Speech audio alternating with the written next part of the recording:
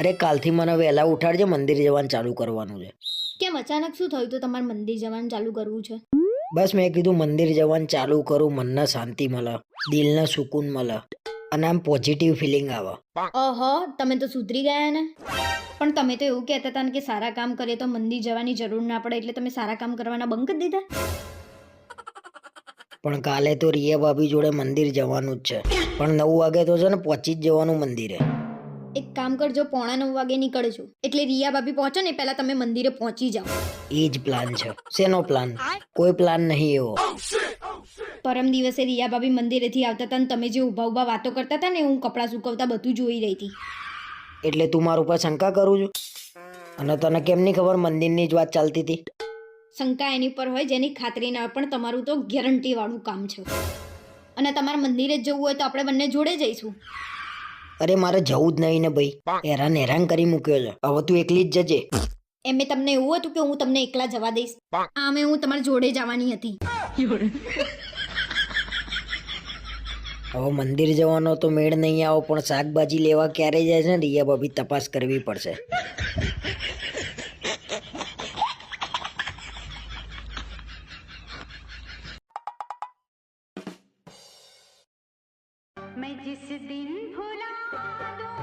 અરે સાંભળો છો, આ તમારામાં કોઈક ભંગારનો ફોન આવે છે. હા એ ઉપાડી લે, તારા ભાઈનો જ ફોન છે, વાત કરી લે. શું કહે છે? હલો, બોલ ભાઈ, શું કામ હતું? અરે બેન, આ જીજાજી કેમ ફોન નહીં ઉપાડતા મારો? કાલનો ફોન કરું છું એમને. એક કામ કરજે, તું હવે 2-3 દિવસ પછી જ ફોન કરજે, કેમ કે હવે 2-3 દિવસ છે ને કોઈનો ફોન ઉપાડવા લાયક નહીં રહે. શું કહેતો હતો તારો ભાઈ? કાલનો મારા ફોન કરતો હતો. કેમ ફોન કરતો તો? કઈ કામ હતું? મને શું ખબર શું કામ હતું? મેં તો એના ફોન આવેલા હતા એ જોયા. તો એના ફોન આવેલા જોયા તો કરાય નહીં? અને પહેલા એમ કહો, આ ભંગાર એટલે શું? તમે કહેવા શું માંગો છો? અરે ભાઈ, હું તો કઈ કહેવા નહીં માંગતો. અને તારા ભાઈએ મારો નંબર કયા નામે સેવ કર્યો છે ને પૂછી લે એકવાર. મારો ભાઈ તો તમને જીજાજી જીજાજી કરે છે, તો જીજાજીના નામેથી જ સેવ કર્યો હશે ને? તારા ભાઈએ મારો નંબર કબાડીના નામે સેવ કર્યો છે, એને શરમ એ ના આવી? તો તમે એનો નંબર ભંગાર નામથી સેવ કર્યો છે, તો એ તમારો નંબર કબાડીથી જ સેવ કરશે ને?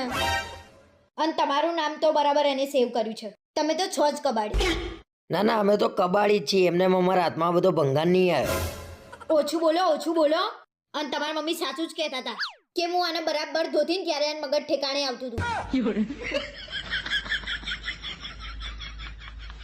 આ મારા શાળાના લીધે તો કાયમ મારા ઘેર ઝઘડા થાય છે.